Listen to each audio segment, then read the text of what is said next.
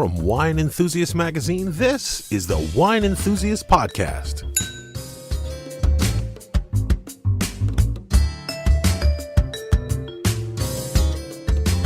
Coming up on today's podcast, Old Vine's New World. Managing Editor Lauren Buzzeo interviews two key individuals that have spearheaded South Africa's remarkable Old Vine project that wants to preserve the vital heritage of old vines. It's not about the aromatics, it's not about the expression that a young vine often gives you. It's about the texture and the mouthfeel and the structure of the wine. It gives you much more weight in the body, much more, not concentration, but just more texture. Plus, Vienna and Alsace has managed to preserve and revive something that used to rule across Europe and even California: field blends. Contributing editor Anne Krabbeal speaks with pioneering vintners from both regions on this trending phenomena and on how a symphony of grape varieties can create a unique and superior wine. You know, we think the terroir like a music. For me, the terroir is the feeling that you will have when you taste or like when you listen something. The question is not necessarily to know how many do or re or fa or mi is it on the music. The question is it organized together to give you a strong feeling. Plus pared down pairings, wine basics, and more. All coming up on the Wine Enthusiast Podcast.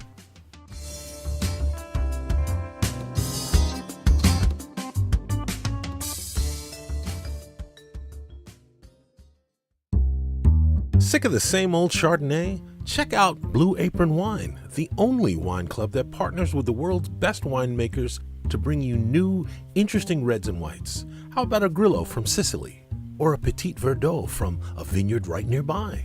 And sure, a classic Sicilian Nero d'Avola. Customize your order with as many cool wines as you like and get $25 off your first shipment of 6 wines at blueapron.com/corkscrew.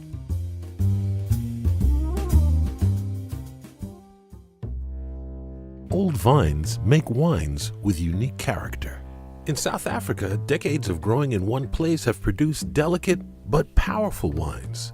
The Old Vine Project wants to preserve vines older than 35 years by creating an awareness of the legacy and heritage of old vines. Managing editor Lauren Buzzeo, who reviews wines from South Africa, talks with Andre Morgenthau and Rosa Kruger, who have both been instrumental in establishing the Old Vine Project. So we are here at Cape Wine 2018, and I have the immense pleasure of sitting here with Andre Morgenthau, Manager and Marketing for the Old Vine Project. Rosa Kruger, Vineyard Manager. We're going to talk today about specifically the old vines in South Africa and the prominence that they have taken over recent years and really shaken up the industry. To start, there's a lot of buzz in the wine world right now going on about old vines. But really, many Americans don't realize that some of the best examples come from what is widely considered a New World wine region. So we're here to talk about changing that perspective and where consumers can look for these old vine bottlings. What does the Old Vine Project strive to do today, and how are you trying to get the word out about these old vine wines? Well, what's interesting is that we set off with a mandate to keep old vines in the ground. And then we had to set the standard, like what's old? And we, with Rosa's research, we figured out that at 35 to 40 years, a vine pretty much sort of settles in and gets in balance with the environment. There was a professor at university, Professor Deloire, puts it beautifully. He says, that vine sits there and can't move for 60, 80, 100 years, has to adapt to that one specific site. It's not like people that can run inside when it rains or when the sun's too hot and put on the aircon. That vine sustains wind and cold and everything, all weather conditions, and then they adapt to that. And that's the beauty of these old vines, is that they read the vintage, they understand the environment. And we set the standard for 35, according to that. And then we started to figure out what is the business model for them. What are we trying to achieve? And what happened was we realized that there's much more than vineyards here. It's about the people as well. As we interviewed the farmers, they told us the stories of how they're struggling, not getting enough money for their grapes, and we heard heartbreaking stories of where they almost went bankrupt. And now, when Rooster started selling off these tons at proper prices, the farmers are still in business, the workers have jobs, their kids are at university. Fantastic. And we have a wine on our stand, which is a celebration for us. When we started last year, we went around to cooperatives, and one of the cooperatives, extremely cooperative, mind the pun, they said there's this derelict vineyard that they want to show us. It was a Claret Blanche. We looked at it and it was neglected for 4 years. The farmer had no money to prune or to irrigate, to weed, nothing. But it looked fine. We could salvage it, and it was salvaged. The company Dashbosh, they invested in the vineyard, and today we have a wine at Cape Wine 2 years later from that vineyard, which is very pleasing for us. And there's more projects like that happening now. Once we established this platform, more and more new names came on. So we had about 10 members by the end of last year, which was about a year and a half into the project. Because it's August this year was 2 years. But 8 months later, we're on 45. Wow. Because they could see the value of being part of the project, but having an old wine on the table, because it differentiates them as a brand in terms of quality. It also raises the prices. And when you raise the price of the wine because of the quality, that goes back into the system, in the value chain. So can you elaborate a little bit about what exactly that quality means coming from an old vine wine? How does that translate to a consumer palate? We just had a seminar on old vines, and Marco Ventrella, the chief viticulturist of KWV, actually put it so beautifully, I must say. He said it's not about the aromatics, it's not about the expression that a young vine often gives you. It's about the texture and the mouthfeel and the structure of the wine. It gives you much more weight in the body, much more, not concentration, but just more texture, balance. Depth of character? Depth of character is a very good one, yes. And there seems to be a freshness about the wine. The analysis of the wine might not be exactly what you want. There was just a very, very interesting study done by Professor Johan Berger at the University of Stellenbosch. And one of his findings was that the acidity in old vine wines, in comparison with the sugar or the bricks, is more in balance than with young wines. So you'll have a natural high acidity at a lower budding, and that's exactly what we're looking for. So this perceived freshness is actually a real freshness that comes with old vines. And why that is, we don't know. Maybe because it's because of the low yield, but it's also because what Marco mentioned this morning is that older vines reach phenolic ripeness at an earlier age than young vines. So they can actually harvest earlier. Yes. And at full ripeness. Yes. That means a slightly lower alcohol. Yes. It's not to say that all old vines make great wines. It's got a lot to do with viticulture, yes, and how the grapes are handled in the cellar, and that's artistry, and that it also equates to minimal intervention. And we're not saying young vines don't make great wines. There's fantastic wines from vineyards that are 15 it's not either to 20 or. They yeah, both bring something. This is just a very interesting development in terms of what we've now researched. There's been organoleptic research done on old vine Chenin Blanc that proved that they're different. And yes. So we're talking about different and a quality aspect that's adding value to the wine offering out of a wine region like South Africa.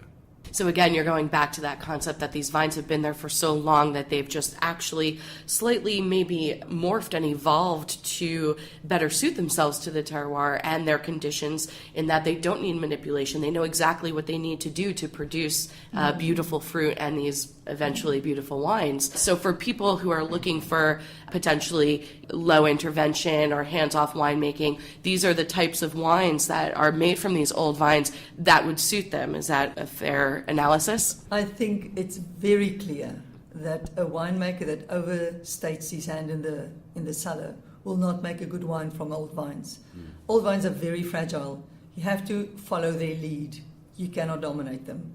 You must let them speak and tell you where they want to go, and you just do what they say. They're like older people, you know. And I often say the care that you have in the vineyard with these old vines are, if you do a comparison between young vines, which is like a schoolyard with younger kids or teenagers, and then you've got these old vines, that's like an elderly home. And each vine is different. They've developed their own personality. And it's not pruning anymore, it's sculpting.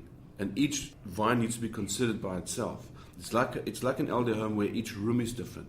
The little pill box is different every evening for that person because their reference frame is so much different because they're 60, 80 years old and they've seen life. When you're 25, there is no 30. You don't think you can grow old. So the approach is vastly different. Can you tell me some of the oldest vineyards that South Africa has for red wine and white wine, and what are the varieties? The oldest red wine vineyard we have is a Cinsault vineyard in Wellington, a fascinating vineyard. We discovered that vineyard about 6-7 years ago. Chris and Andrea Molyneux making the wine. The yield at the time when we found it was about 400 kilograms per hectare, less than half a ton a hectare. By sculpting, careful pruning, a more organic approach of farming, very, very careful manipulation of the canopy, very low interference, environmentally friendly approach to the viticulture. We've increased the yield now to 3.5 to 4 tons a hectare. And it's a beautiful wine. So it is 118 years old officially. Wow. There's about 9 vineyards in South Africa that's older than 100 years. But they only started recording the age of vines in South Africa 118 years ago. So those vineyards could be older than 118 years. Sure. We plan to actually take some cuttings and send it off to José Viamos, the guy that works with, fantastic scientist that works with Jancis Robinson. We met with him a while ago, and he's going to test our vines and tell us exactly how old they are. Because I think there's one, for example, the footbud that Evan Sari makes a wine, that's a field blend of Semio, Chenin, Palomino, Semio Gris, and a little bit of Muscat. Yeah. That, in terms of what the neighbors say, it was planted in 1887. But we don't know. We're not sure. So now we're going to have it tested. Yeah. So I'm very happy about that. So you also have now introduced with the Old Vine Project a seal that wineries are going to start using on their labels to denote that the wine was made from old vines. Can you tell us a little bit about what that exactly means for the wine? That thought process took a long time because attached to that seal is the guarantee, as you said now, of a wine made from vineyards 35 years and older. But how do you prove that? As Russa mentioned, we've got Sarvis and the record. So we trace it back. So the seal's traceability is back to the records of planting date. We are the only country in the world that can do that, which we've got that system. It's important that in terms of the planting date that the consumer would understand that this is guaranteed. It's not just slapped on. And that in itself differentiates that producer or that brand in terms of quality and integrity. How do you see the future of the Old Vine Project? How will that best be achieved in the vineyards? The discussion today was focused on viticulture and sustainability, and that's exactly what we're trying to do with the research. Arissa and I, we realized that the days of the romanticism and the fairy tales of the special places are over. Those captured the imagination of the consumer or journalist, or whatever. But the story's not been told. It's now time to understand how this business model is going to work, not only in terms of the project itself, but for the vineyards as well. That's why we're talking about propagating the cuttings, looking at what we have, and learning from the ageability of these vineyards. Why did they grow old there? And to understand that and then apply that to what we call a plant to grow old mentality, that you put a vineyard in the ground from the beginning with a vision of it growing old, healthily, to a ripe old age of 60, 80, 100 years. So what do you see as the most interesting thing that should be on the horizon for viticulture? 3 things. We are looking at planting in different spots because of climate change. We're planting higher. Very, very exciting new places in Ceres Mountains and other mountains. People are moving higher because of the altitude, because of the coolness at night as well. We're looking at completely new areas where we did not plant before, but now those areas would be more suitable for grapes. We're looking, secondly, at taking cuttings from our oldest vineyards and making new plant material from it, because those vineyards have been surviving the climate change of the last 100 years. If they could survive that, they will probably be able to survive the climate change of the next 100 years. We think so. We imagine that. So we're taking cuttings from that. Vititech is taking about 25 different spots, taking cuttings from it, cleaning it up from all known viruses, and propagating new material. Thirdly, we are trying to farm much more environmentally friendly. We're closer to nature. We're doing more mulching, we're going more organic, we're doing less pesticides, herbicides and insecticides. And we're just considering the viticulture in a holistic, natural way than before, rather than the industrial way of killing everything and using chemical fertilizer. We're looking at using organic fertilizing, farming in a more organic way.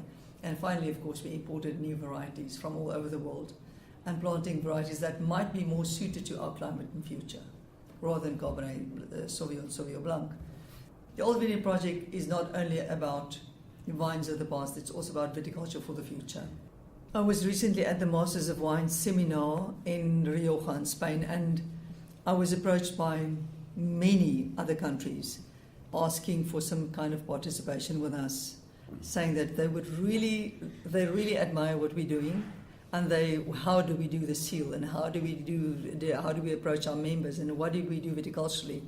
And these are many other countries that are now starting to look at their own old vines and wanting to work with us, which is, of course, great for us. Clearly, you guys have been such an inspiration for, and absolutely a lot of people have tremendous respect for the work that you've done. But certainly, at the end of the day, the wines speak for themselves, Exactly. Right? Yeah. Rosa, Andre, thank you so much for your time. I really appreciate it. You're very welcome. Thank you for the opportunity. And next, Senior Editor Layla Schlack has tips for integrating simple foods and flavors into your wine lifestyle. In today's Pared Down Pairing, we're going to talk about one of my favorite fruits, grapefruit. There's something sophisticated about it, don't you think? All those floral notes and that slightly bitter edge. Plus, it's just such a joy to cut open a bright, juicy fruit midwinter. I'm afraid it's gotten a bad rap as a food that's hard to pair, but I'm here to guide you through that. First, though, here's a bit more background. It's probably a hybrid of pomelo and a wild orange. The name comes from the fruit's tendency to grow in tight clusters like grape bunches do. The U.S. is the world's #2 grapefruit grower in terms of quantity. China holds the top spot. It's one of the more cocktail-friendly fruit juices. Think Paloma, Greyhound, Seabreeze, and Hemingway Daiquiri. When you're looking to pair grapefruit with wine, you're probably not eating it on its own. Maybe it's in a salad with something creamy like avocado or a mild cheese. Maybe it's in a fish dish. Maybe it's dessert. Whatever the situation, look for crisp, citrusy white wines with herbal, floral, or stone fruit elements. Fresh, fruity Verdeos from Hueda have a pleasing, bitter finish that plays well with grapefruit. Briny Greek Assyrticos exploit grapefruit's affinity for salt. With savory dishes that call for a red wine, like salmon with a grapefruit shallot reduction, look for a high-acid variety, like Barbera. Its herbal and savory notes can bring out the grapefruit's sweeter side. One no-fail option? Sauvignon Blanc is usually the best choice with grapefruit, due to its natural grapefruit aromas and flavors. In particular, Sauvignon Blanc from Marlborough, New Zealand, are the most expressive, exhibiting a sweet grapefruit quality as well as pungent herbal notes that complement grapefruit-based dishes. So there it is. That's how you pair grapefruit. Thanks for listening. Blue Apron Wine. Only the best vineyards and winemakers make the cut for a Blue Apron wine box, and every amazing wine is just $10 per bottle. Best of all, each wine comes with a backstory on who made it, where, and why, all so you understand why the wine tastes and smells the way it does. Want to learn about wine? Blue Apron is the place to start. Get $25 off your first shipment at blueapron.com/corkscrew. Terms and conditions apply. All orders are handled by Blue Apron Wine, Napa, California. And you're listening to the Wine Enthusiast Podcast. Simply put, several varietals planted in the same vineyard and vinified together is a field blend. Contributing editor Anne Krabbeal, who reviews wines from Austria, Alsace, and England, talks with vintners from Alsace, France, and Vienna, Austria about why this trend is on the rise and how it can be a superior method of winemaking that brings out the wine's terroir, all the physical elements of a place that can affect the character of wine made from it, and how everything old is new again.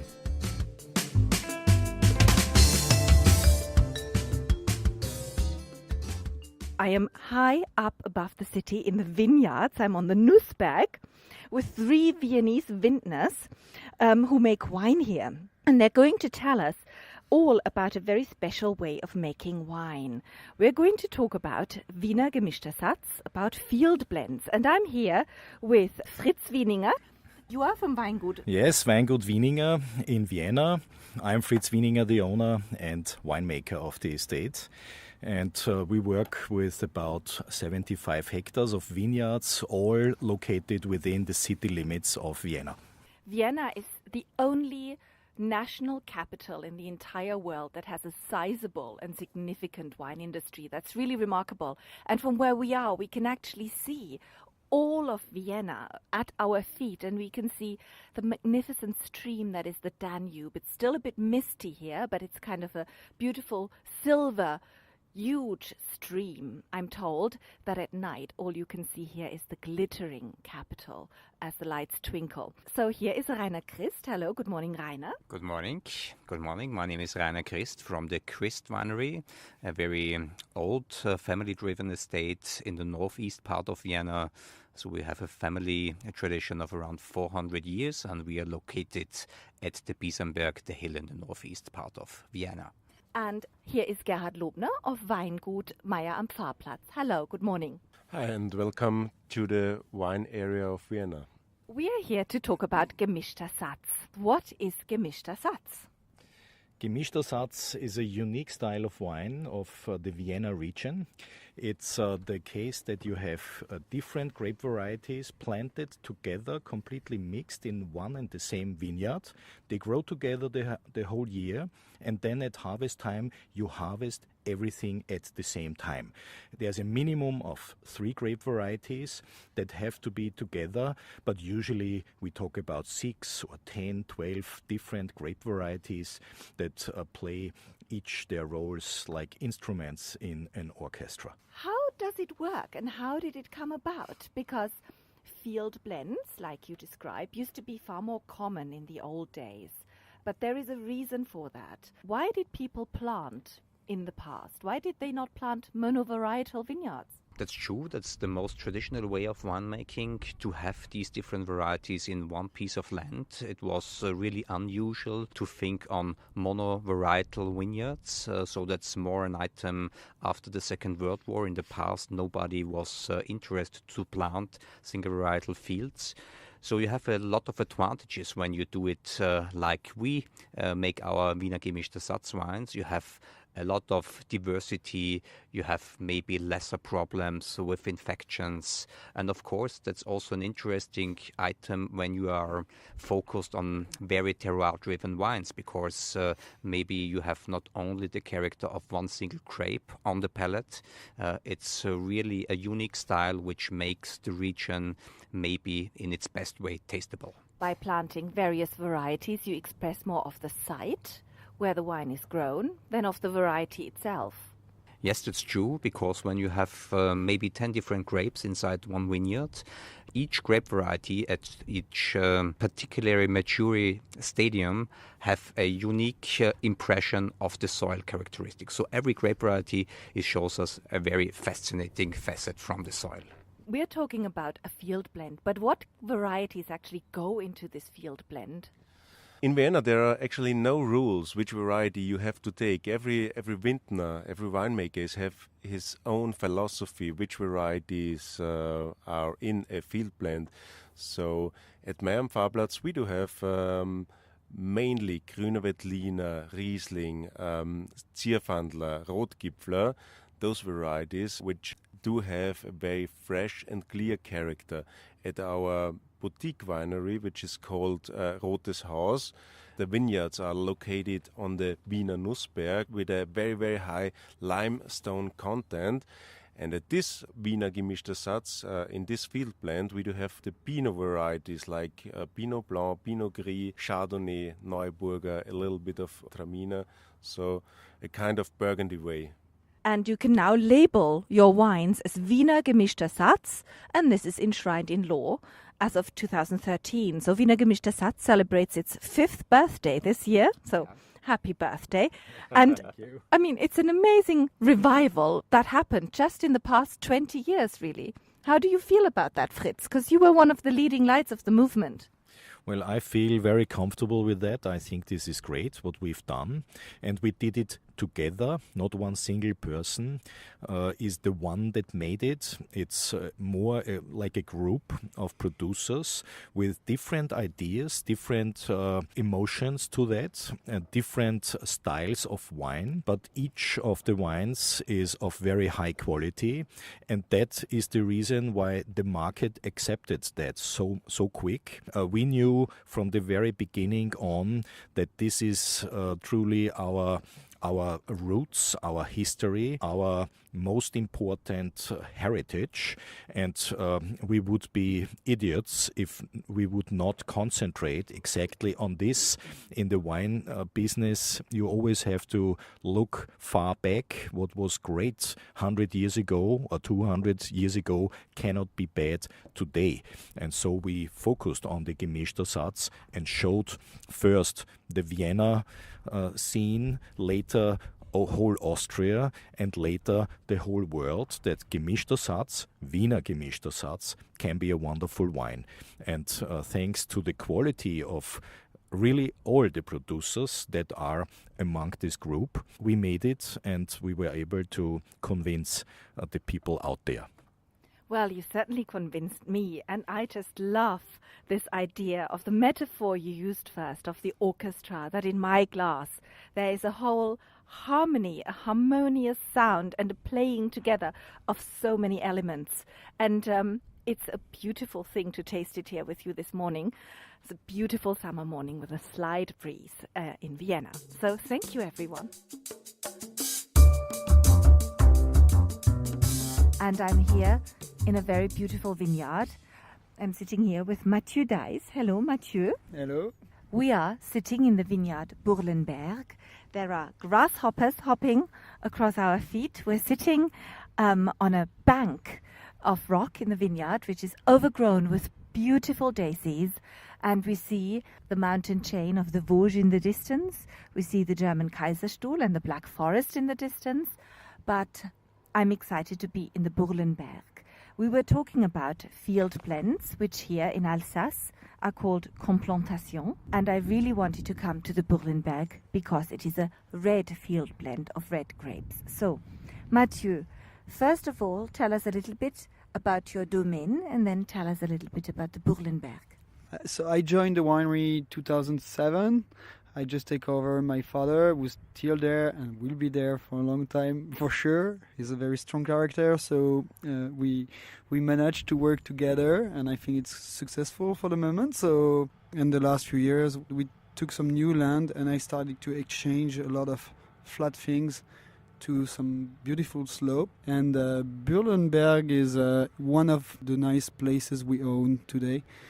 It's also one of the oldest parcels from the domain, because Burlenberg is just on the slope between the village of Bergheim and just under the village of Tannenkirch. And Tannenkirch was a village of people who was working on the forest. Most of the land from here, from the Burlenberg, was owned by people of Tannenkirch, and my grandmother was from Tannenkirch. So this is really one of the first places we started to work, who was planted in 1947, still like it was at the time, and still a little bit field blend, because a good part of Pinot Noir, but also all the Pinot, Pinot Blanc, Pinot Gris, a bit of Auxerrois was mixed on the vineyard. In the past, before monovarietal plantings were the order of the day, people planted mixed planting. And here in the Burlenberg, why is this a red field blend and not a white one? And this is a red field blend because of the situation. I mean, it's maybe one of the view the more open for the winery, for the land we owned and we worked. It means it's very exposed to the wind. Alsace is, by situation, very protected from the wind by the Vosges. So most of the vineyard is not very windy. If you have to compare south of France and Alsace, it's maybe wind would make one of the biggest difference. Here it's really, really not so often that we have a lot of wind. And Burlenberg is at one of the windiest situations. So that means this is the perfect place to grow some grapes without having any botrytis. because it means it's never really humid. It's always very dry, stay dry during the night. So this is a very nice place for this, and so people put a lot of red by the past because of that here. What Mathieu means is to say for fungal diseases to thrive, they need humidity. And here the vineyard is ventilated and the vines are ventilated at all time, so those fungal diseases haven't really got a chance. But still, it's a beautiful thing to think, well, 90% of Alsace production are white, and so we have this super unusual red field blend. The reason I wanted to come here and speak to you about it is because I still remember tasting Berlinberg for the very first time. There was something that grabbed me by the heart. Perhaps not an elegant wine, but a very touching wine that definitely has a lot of personality. So tell me, how do you go about it, and how do you know what is, you say it's Pinot Noir, but how much is Pinot Noir, and how does it work? So the first things you have to know is the Pinot, the family of the Pinot. It's what we call an unstable varietal. You have to know that the varietal himself is normally Pinot. Because the Pinot Blanc, the Pinot Noir, the Pinot Gris, all the Pinot actually, there is mutation between them. And so that means from the human being, you don't see so much. But if you look at for 1 century, you plant 100% of Pinot Noir. After 1 century, you will start to have some grapes with other color on the vineyard. So that means it's not so stable. And the second meaning of that is that by the past, people wasn't so interested about having very pure things. And especially if it wasn't pure by origin. They was just taking the wood on the very old parcel to graft and replant.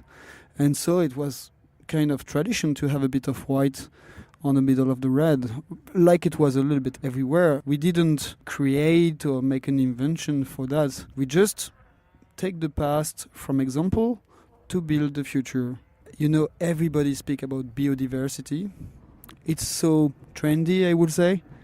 And it's just what was before, what people does before without thinking biodiversity, blah, blah, blah.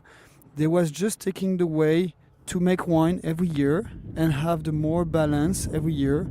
And the diversity was the way to do it. Instead of having wine, only one, and who was maybe 1 year producing nothing, and maybe the year after, too much. So having a diversity was just a way to have something more stable through the year. So perhaps we can talk a little bit more about the sense of place in the Altenberg. Shall we do that? Yeah, sure we can. So let's clink glasses, finish our drink, and then move on to the Altenberg. Thank you, Mathieu.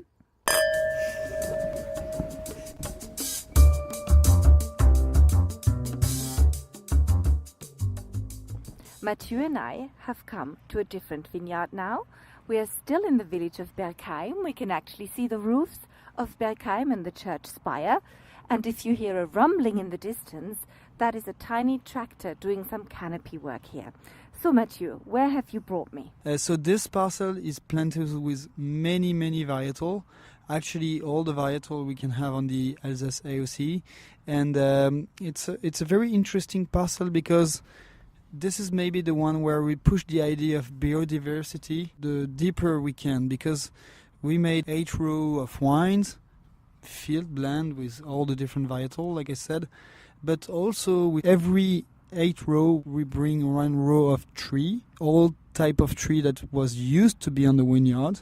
So that's a real complete biodiversity parcel, which I really believe speak all together and express more a family coming from the place. So this is a little bit the idea from this parcel. And we are in the Altenberg, Grand Cru Altenberg. What varieties are here in terms of grapevines and what kind of trees? The better picture I can give from this parcel, you know, we think the terroir like a music. For me, the terroir is the feeling that you will have when you taste or like when you listen something. The question is not necessarily to know how many do or re or fa or mi is it on the music, the question is it organized together to give you a strong feeling? Is it Beethoven? Is it Wagner? Is it Chopin? It's not the same. It doesn't give you the same feeling. It's made with the same note. Okay? So this is my idea of terroir. It's what the place said by the organization of all of that together. And I think this is maybe the most beautiful picture I can give for the idea of terroir. And it's because of that we're starting to work with the field blend and also the biodiversity by the tree, because it's all from the family of the Rosacea. Because the family of the Rosacea is actually sharing the same mycorrhiza. Mycorrhiza is what is around the roots. They're mycorrhizal fungi, so these are soil microbes, and they help break down nutrients in the soil, and they live in symbiosis with the vine. So the more microbial life you have, the easier it is for the vine to take nutrients and to be resilient and to be healthy, like a person who eats well and lives well rather than living on junk food. It's just a kind of balanced, old-fashioned, natural, harmonious way of feeding the vines and of farming. So actually, it's just like something who's helping all the wines to speak together, to live together, and actually to bring more harmony, to make the music more elegant, or I would say more personal, who's touching your hearts better. And this is the meaning of the field blend for me.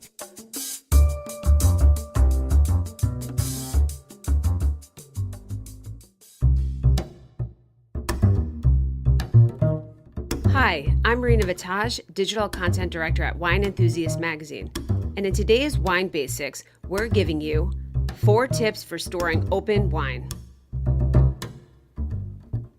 These are the best ways to preserve the last glasses of your open bottle. 1. Recork it right. The first rule of preserving your wine is to replace the cork correctly. While the clean side may seem easier to fit in the bottle, resist. The stained side has actually already been exposed to the wine and it tasted fine.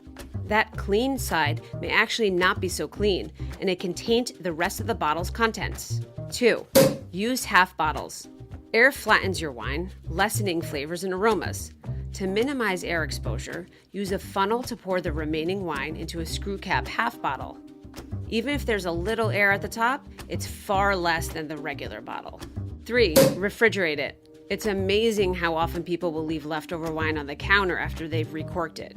You wouldn't do that with food, so why do it with wine? The cool temperature can't stop exposed wine from breaking down, but it can slow the process down significantly. 4. Finish it. There are roughly 5 glasses of wine in a regular 750 milliliter bottle. If you and yours has 2 glasses each and splits the last glass, all while you're eating a decent-sized dinner, it's not too bad. For more Wine Basics tips, visit winemag.com/winebasics.